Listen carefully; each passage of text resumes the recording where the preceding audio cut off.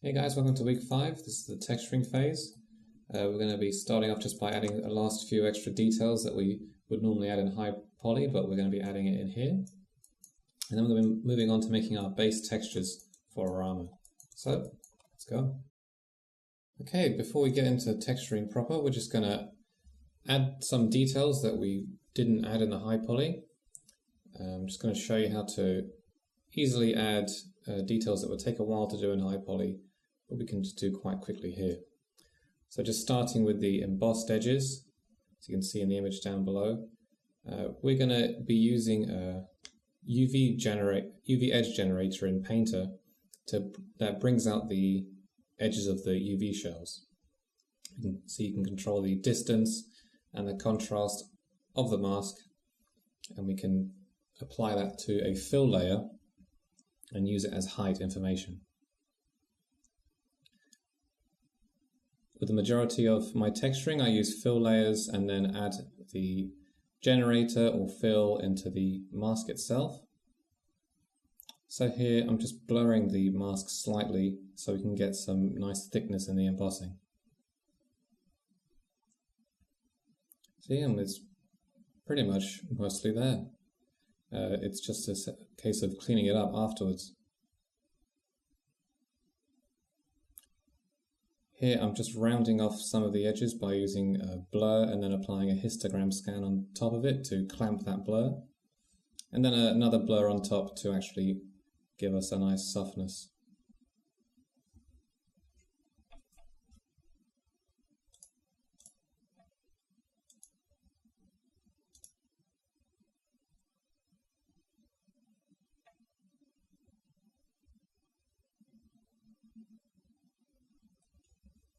As you can see, we can just easily adjust stuff on the fly. If we were doing this in ZBrush or Max, we have to go in and either resculpt areas or remodel areas. But here we can just paint this out very quickly and adjust it as we go. We can also use this mask that we create here later as the base color for the mask as well. I'm just masking out areas that I won't need embossing here.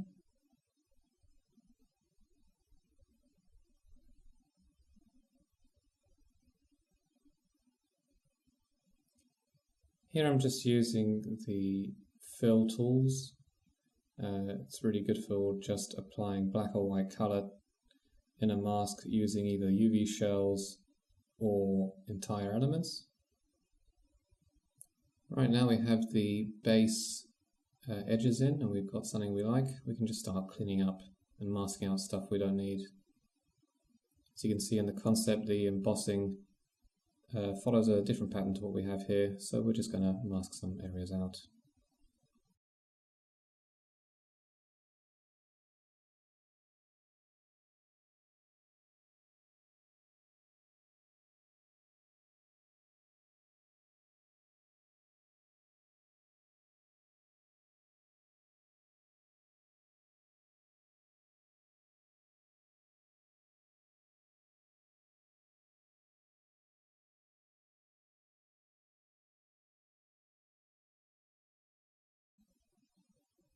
It's looking a bit messy at the moment, but we can just clean that up as we go. Here I'm cleaning up the mask generated by the UV generator, just making sure it cleans up before the blur is applied, so just make it easier to control later.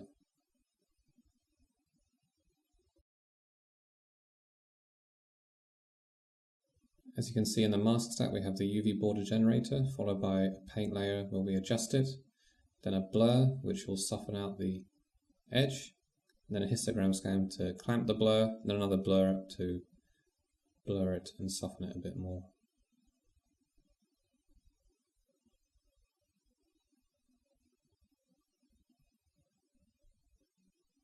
The advantages of working purely in the mask and through a fill is that we can have multiple effects, multiple channels being affected by one mask.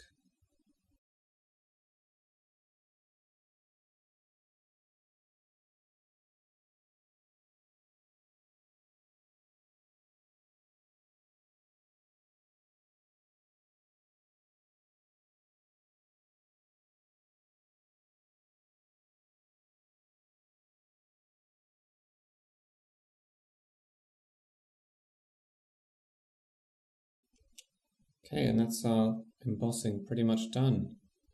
We can move on to start adding some more details.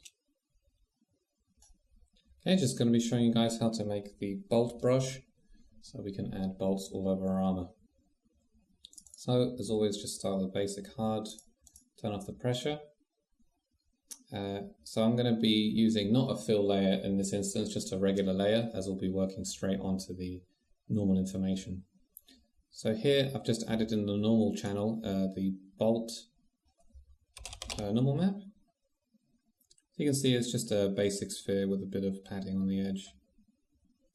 This can be made in Substance Designer, or I can provide the brush in the project files. Going to make sure the alpha is also correct as well, so we can paint also at the same time as adding normal information. This means we can create a mask that we'll use later for when it comes to colouring in and adding texture to the bolt itself. Just make sure that the alpha you use matches with the normal you use so you won't get any overlap. So right, now we're ready. We can start adding our bolts in.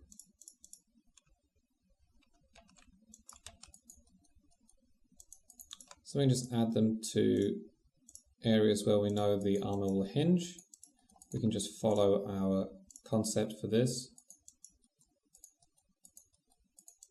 And yeah, just make sure it's in the correct places where they would realistically be.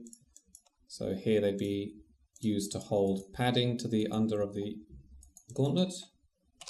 Here they'd be used to bolt all these lobster sections together so they would hinge properly. And things like that. Also, don't forget to make sure to bolt your buckles down into your armor. And for now we can just turn off the color information and we just need the height. Just a small note on the brush settings. Make sure the normal is set to sign normalized. This means that it'll take in consideration where you're using normal stamp, and you won't have to worry about if the green channel is correct, and you won't get weird flipping. So yeah, there you go. That's our bolts ready to go. Okay, I'm just going to show you quickly how to make the edge engraving brush for all the coiled edge dashes, as you can see in the concept. So we're just going to start with a basic fill layer. Just alt-click height, just so we only have the height selected. Add a black mask, as always we're just working through the masks. Add a paint layer. We can set our brush to basic hard. Don't want any pressure at the moment. And now we can change the alpha to this one I made here. So it's just a basic soft shape made in Substance Designer that's just been squashed along its horizontal axis to give us this dash. It'll be provided in the project files. So now we've got a decent shape. We can set it to follow path, so it's always going to go along our brush stroke edge, brush stroke direction. Let's just give it some height information, just in the negatives, that'll be cut in. Come to paint, oh, and it's the wrong angle. So we can set that to the correct angle. It's a bit too close at the moment. We can just move the spacing up. There we go, see, nearly there. Set the angle to a bit of an angle. A bit more, just reduce the size with the brackets and just adjust the spacing a bit more. Cool, and there you go. We've got a good starting point for that. Just adjust the height as we need it. Right, now let's use it.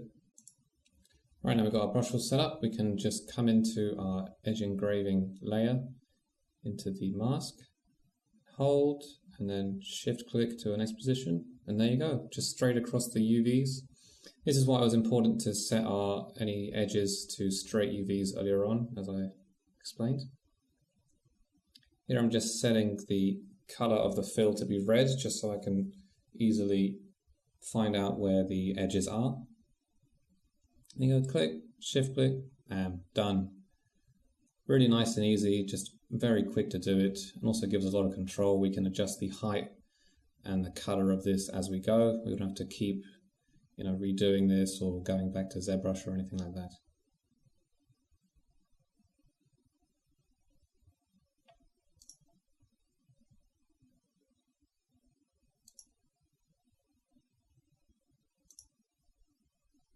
Yeah, once again, just using the nice straight lines, shift click, and then there you go.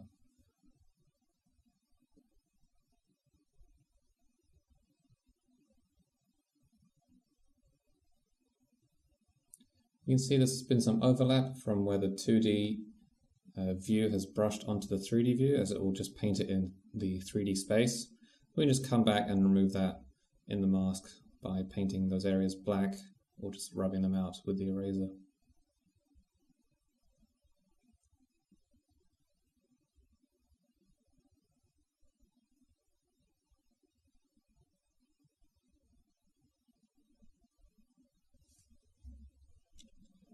Okay, and there's our rolled edges ready to go. We can start going into texturing. Okay, let's get stuck into texturing. So the overall goal here is to see how far we can go procedurally before doing any hand-painted effects. So I'm going to be using a lot of layers of subtle color and roughness. And I'm just going to start off with the base color here. It's going to be just a off grey with a slight bit of yellowing to it. It's just a nice hue for a metal to start with. I'm going to start just off metallic, not pure metallic, as this metal wouldn't be 100% pure. It would have some impurities in it, making it a bit less metallic.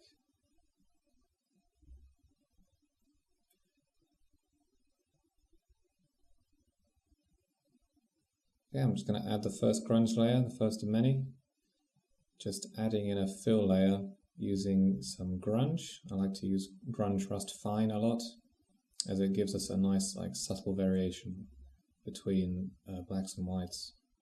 Just adding some tiling to get some overall breakup.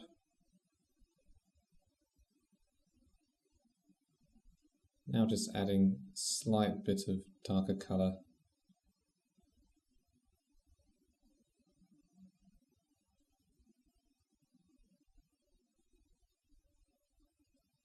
And some slight roughness variation.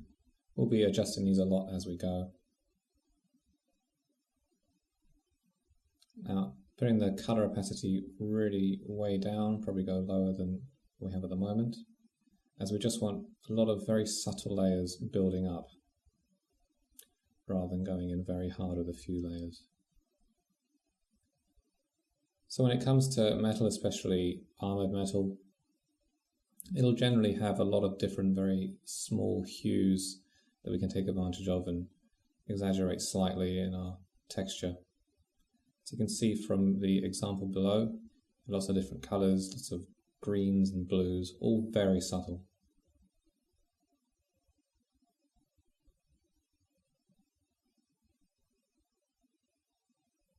So now just adding in the different hues.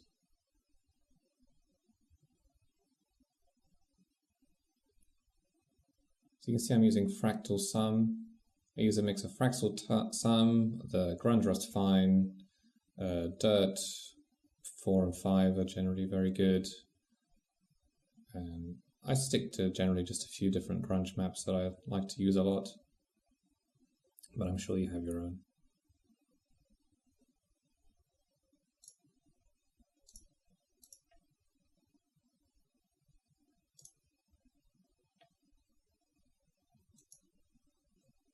You can see I'm just using a nice mix of very earthy colors, lots of desaturated browns and greens, with some little hints of blue.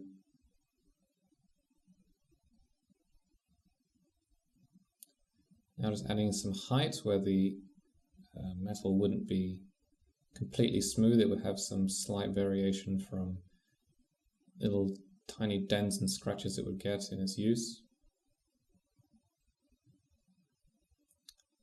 And this you want to make just very light. You don't want to, like, even less than I'm doing here, you don't want to make it look like you just obviously slapped a texture on and added some height. You want to make it very subtle with a lot of nice breakup.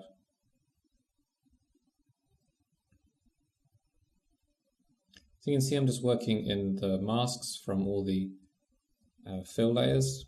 It just allows me to have one mask controlling various inputs such as the color, roughness and height. Now I'm adding in some pitting, which would be little scratches that just get filled with dirt, and they would pop nicely against the overall smooth metal.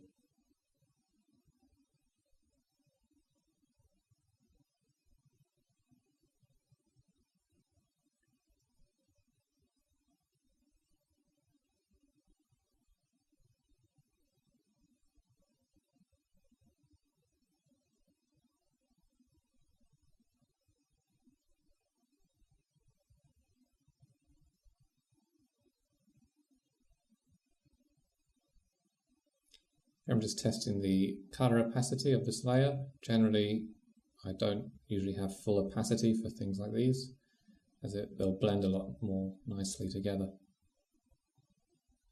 Now adding a scratches fine layer, just using a fill here. So random noise is a fill that, directional scratches is a fill that lets us give some random angles to a lot of lines on our texture. So these kind of scratches would get just from like day-to-day use. You know, this would be bumped around a lot, it'd be walking around and brushing against things. It's just always good to think about how this would be used and where all these bits of damage and wear are coming from. You know, what's the story behind this texture?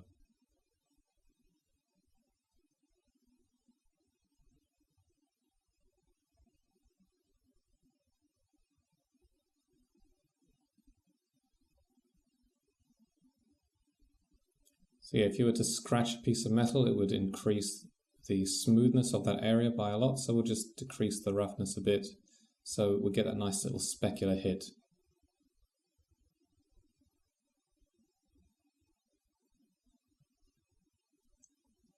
I'm just adding another scratch layer to this, so we get a lot more little fine scratches together.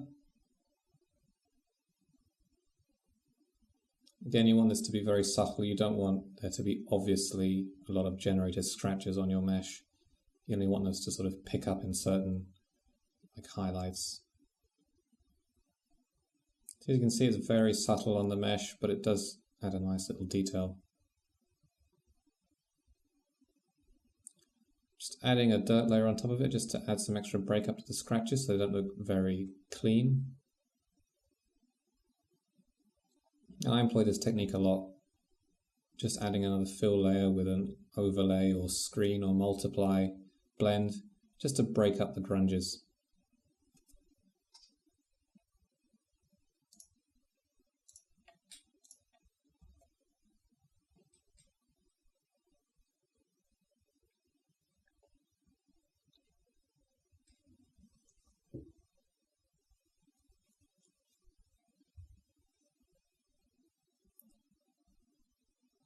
Now just adding a speckle layer. This will just be lots of largely spaced little flecks of dirt, and where it'll just be where like bits of mud have splashed up, you know, some bits of rain, just little bits of noise from general day-to-day use. Again, very subtle.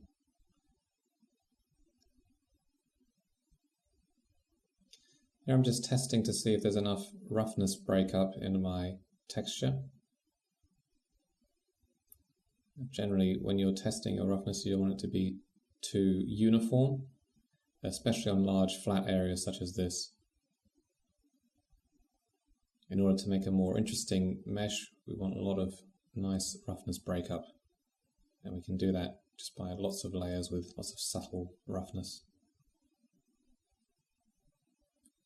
I'm just giving basic names to all my layers just so I know generally what they do. They don't have to be too descriptive. I really don't like working with lots of stuff called layer 2, layer 3, copy 2. It really slows down the process, and it's worth spending the extra time just to quickly rename something.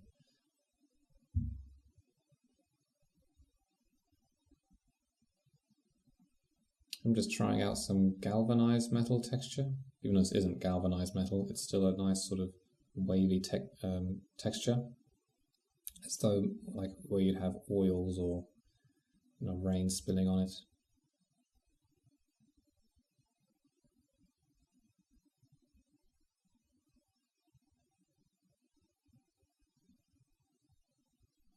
As this would be polished and cleaned, it would still have some leftover materials that we used on it.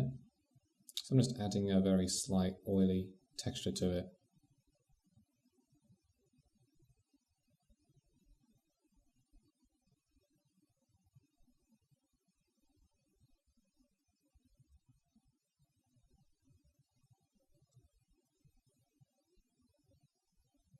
Now I'm adding what comes with Substance is a PBR validation filter.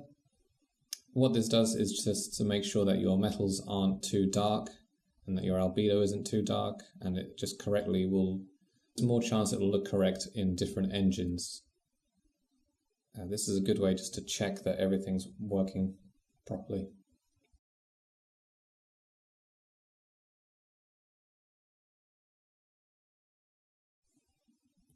Just adding some height information to the speckle layer, so it'll give it like the impression of lots of little pits and dents.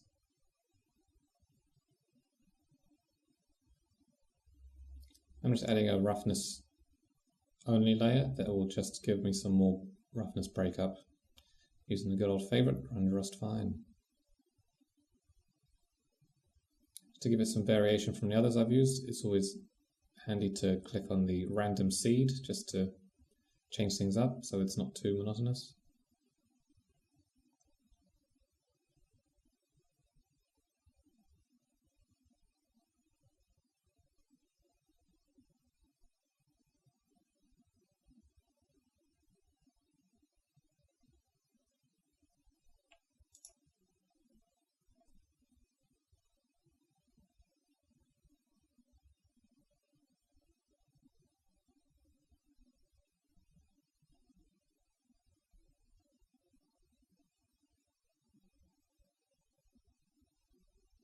Just adding a noise layer, which would just be from micro little details.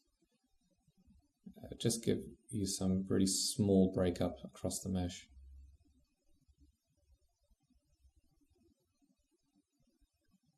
The dirt fills are very good for this, as they have a nice breakup to them and still give you a noisy result.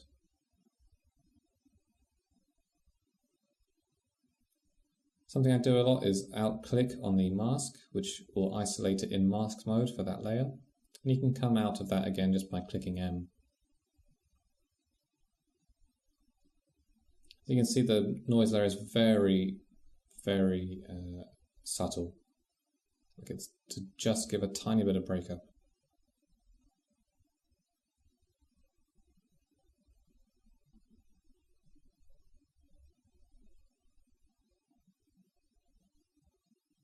It's always good just to be spinning around your mesh, always changing the lighting.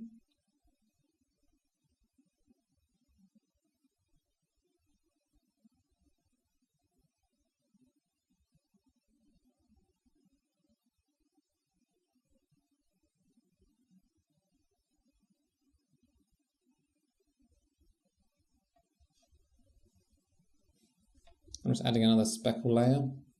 This would just be little splashes of rain, just some little light speckle hits.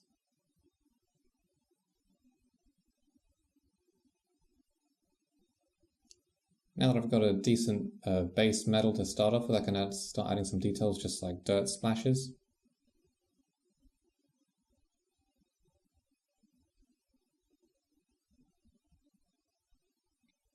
Substance just comes with a lot of great fills that already come with adjustments in them, and I generally just use stuff out of the box with Painter.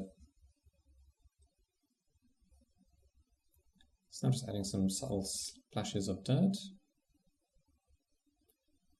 just that would have been kicked up from running in the field or splashed up on him. Always thinking about the story behind the armor, where it's been used.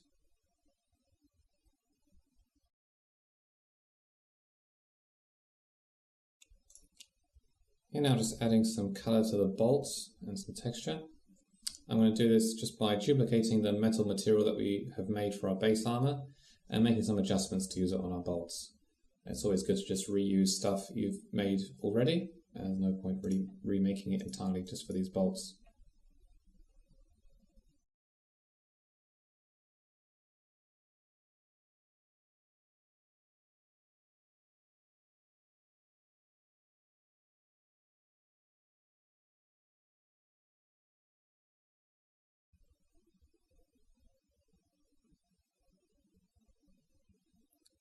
Firstly, just adding an anchor point from the bolts layer we made earlier.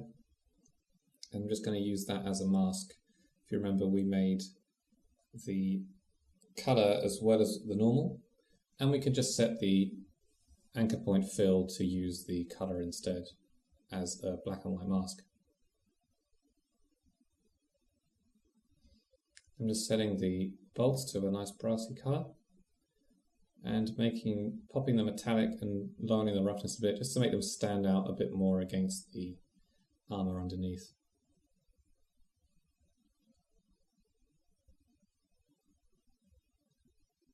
Here I'm just retesting all the copied over grunges that I made just to see how they work on this.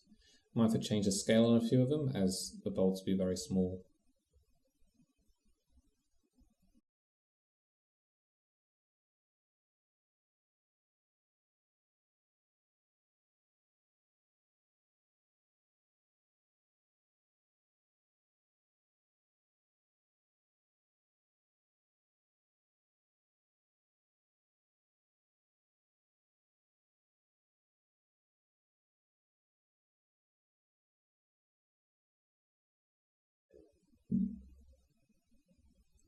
Just adjusting some of the height information as the bolts will just be bumped and whacked.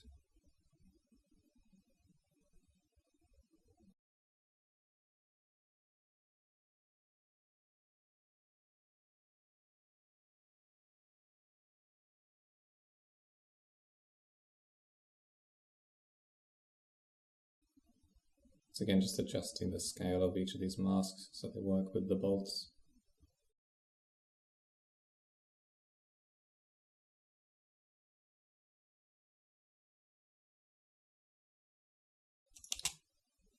Okay, now that we've got our bolt base texture in, we can start moving on to detailing. So we're just going to add some dirt around the edges of the bolt where it would have all collected. I'm just going to use the base color from the cavity dirt.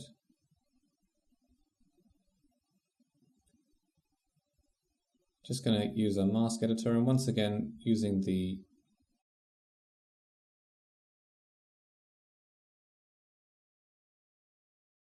in this instance we can use the normal information rather than the height to make our cavity mask from the normal. So here I'm just adjusting the curvature, change mode cavities, just turn off the curvature and set it to 0.5. This just gives you a mid-grey value so it won't interfere with the curvature you want.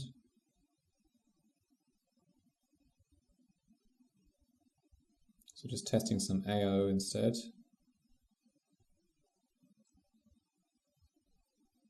And just removing the base AO so we're only working with the anchor point instead of the mesh maps.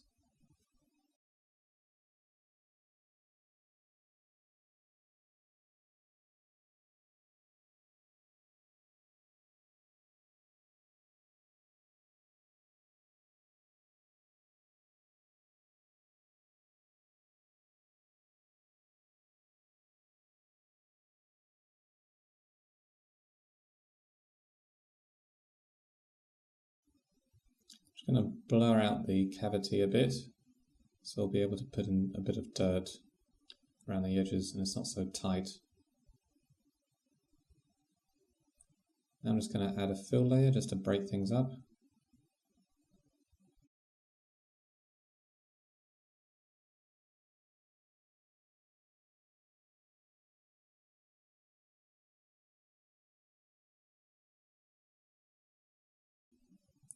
I'll just whack up the scale so it's very noisy.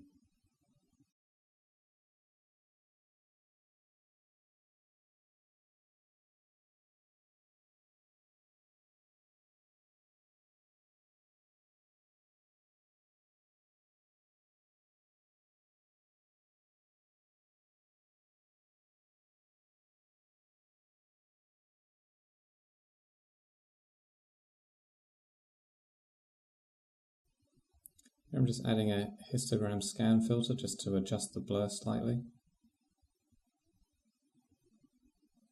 Just playing with the blur settings, see what we can get.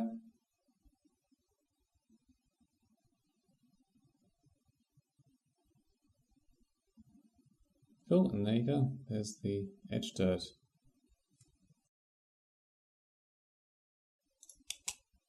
Okay, metals aren't the only material in this armor. We also got some suede leather straps. So let's set about making some textures for them. Just gonna make a base layer and fill these all in. Just using polygon fill, set to element mode. Right now, as with our metals, we want to make sure there's lots of nice roughness breakup and color variation, especially with a material like leather. It's very natural, has lots of very subtle hues within it. A tip for making suede in general is that since it's like the back of leather, it's very soft, essentially the underside of the skin, and it's just made up of lots of little layers of noise, essentially. So that's an easy way we can mimic that. Just starting off with some dirt layers, which will give us a nice spotty, noisy texture to work with.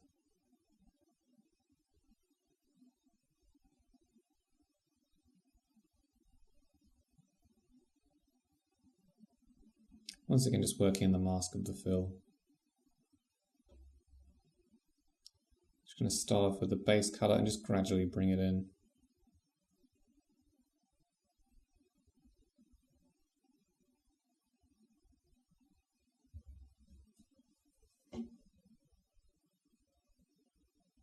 Bring in some height for the softness of the suede.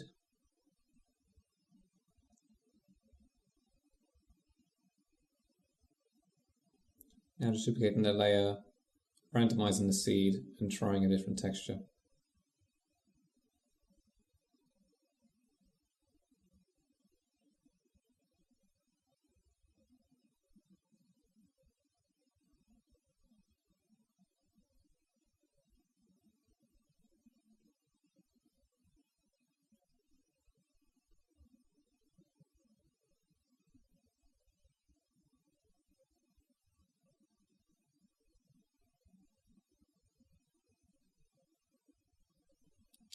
Now I'm just adding in some edge wear for this suede, but we'll be using it in a slightly different way here. Rather than edge damage, it's more sort of dirt and gunk that's been picked up along the edges, where it would have been, touched and put into place, and just generally picking up lots of dirt from its usage, picking up lots of oils and grease off the armor itself. So it's going to be quite a dark edge. It'll give us a nice pop against the lighter color of the main belt. Just making sure the roughness is all the way up.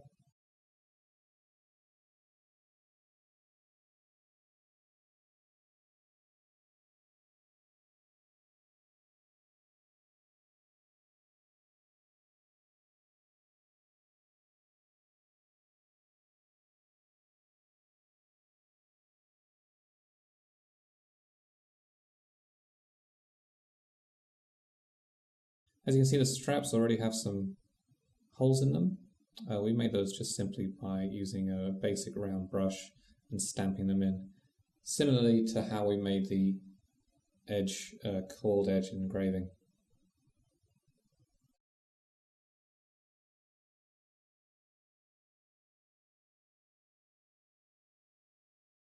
Now I'm just adding in an overlaid dirt fill to the mask, just to give some breakup.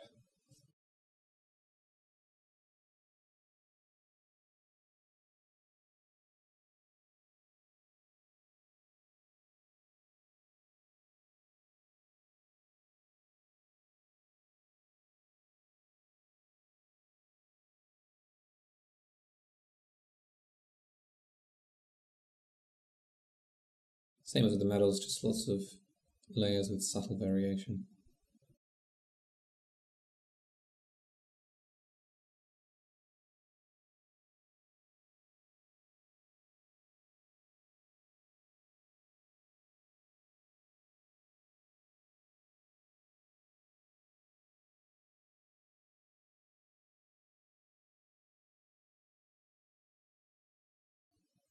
Just adding in some earthy greens to give some breakup in the colour.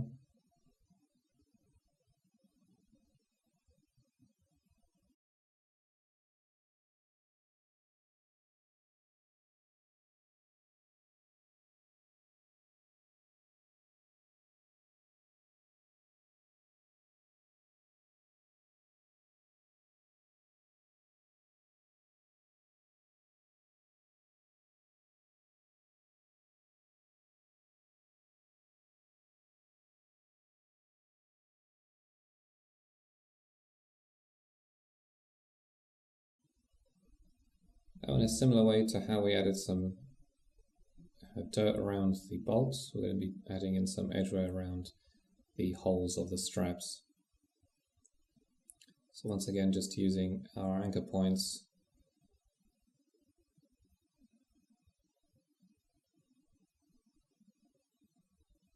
here, we're just filling them in black so they'll look like holes.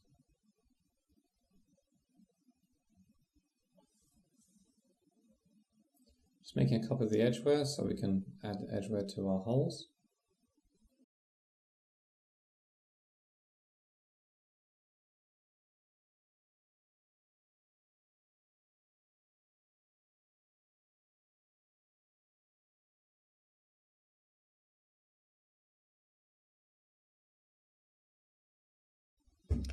Once again, adding it to the micro height, removing the curvature and setting it to a mid value. Sometimes it's worth inverting the height information, and there you go, they've come in.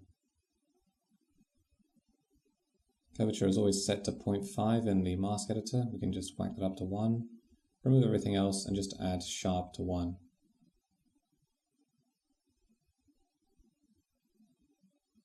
There we go, we've got some nice starting edgeware for those holes.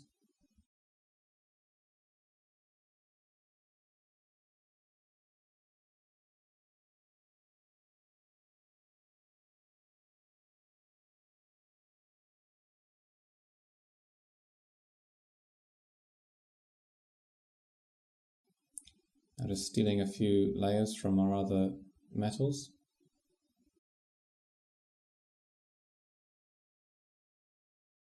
Just adding a bit of specular in, some speckle highlight. Where there would have been little brighter spots of texture, just to give it a bit more breakup from the sort of dull overall colour.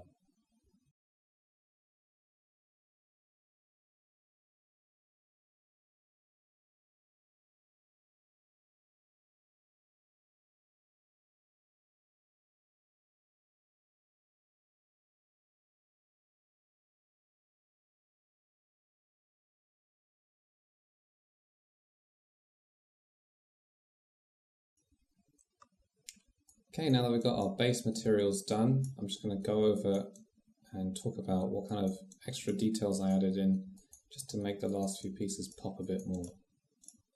So what I started by doing is just adding a slightly darker color to the embossed areas, just to pronounce slightly the depth of it and give us a nice bit of breakup all over the edges. So what I did here was just using anchor points, we can take the height, the mask information from this layer and use it as a fill layer in here. What anchor points will generally do is take all the information in the stack underneath them and combine them all into one fill texture. And we can just select that here from resources to anchor point. We can put that in our mask of here, and you see it's just a slightly darker color, just with a bit of opacity. Okay, just another detail here is the cavity dirt, just where dirt would have picked up and fallen in the recesses and just stuck there in the cavities. So I did this by firstly using a mask editor, which lets you use the curvature and AO and all your other mesh maps. So here I'm just using the AO to do that. So in the next stack, I just added another generator, but this time I'm using, once again, the anchor point from the emboss mask, but I'm putting it in the height slot here. And we can use this to make a curvature from the height. So once you stick it in the height, go to micro details, put micro height on, and that will be part of your curvature. Here I just set it to sharp all the way, and then did some adjustments with the balance. So just turn it off here. Just added a slight blur so that when we put the overlay on, it'll pick up on the edges. So that gives us some nice breakup of the cavity dirt there. So I've set it to quite a rough material, as it would be since it's dirt. And just added a bit of opacity down with the color. So now I'm just adding some yellow, which is the process of adding like a black powder and using it in the engraving of an armor to pop the details a bit. It was actually a technique they used. So we're faking this by getting once again the mask information from the edge engraving by using an anchor point. Pick it up here and just stick it in a fill layer here. You can use the levels that it automatically comes with to adjust it. And I'm just adding a bit of noise over it, just set to overlay. That'll break up the edges a bit so it's not completely one solid color. You can see it's very subtle in the base texture. Here I've added some edge wear. This will be later more broken up by actually hand painting some of the parts out of it, as it's looking far too uniform at the moment, but it gives us a good starting point. So it's just using the basic metal edge wear generator.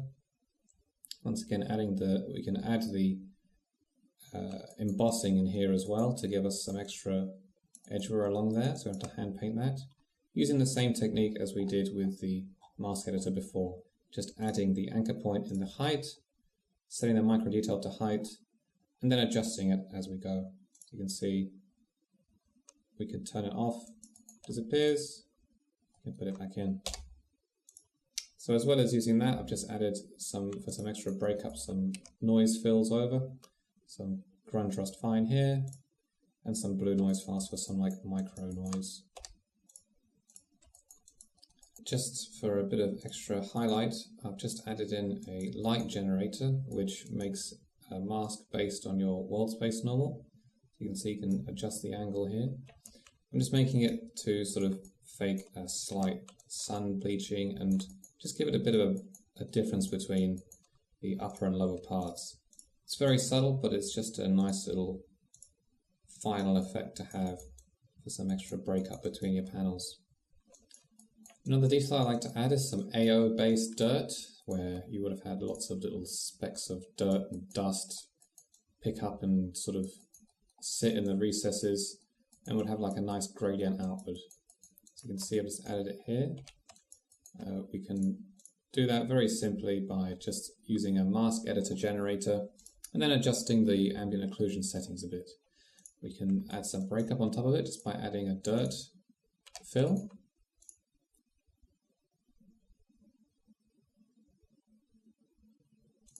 You can see it's very subtle, but it stops it from looking completely like we've used AO map. Later on we will go in and sort of paint out a few areas so it's not so uniform. Right, now we've got our base textures down, we can just reuse the groups we made and put them all over our armor. So we've got some nice base textures to work from. I would strongly suggest making the lower parts slightly darker so you've got a slight gradient going from top to bottom, which will bring the viewer's eye nicely into the top head and torso area. Right, now we've got these textures, we can start adding some details like engraving and cleaning some areas up. So I'll see you next week.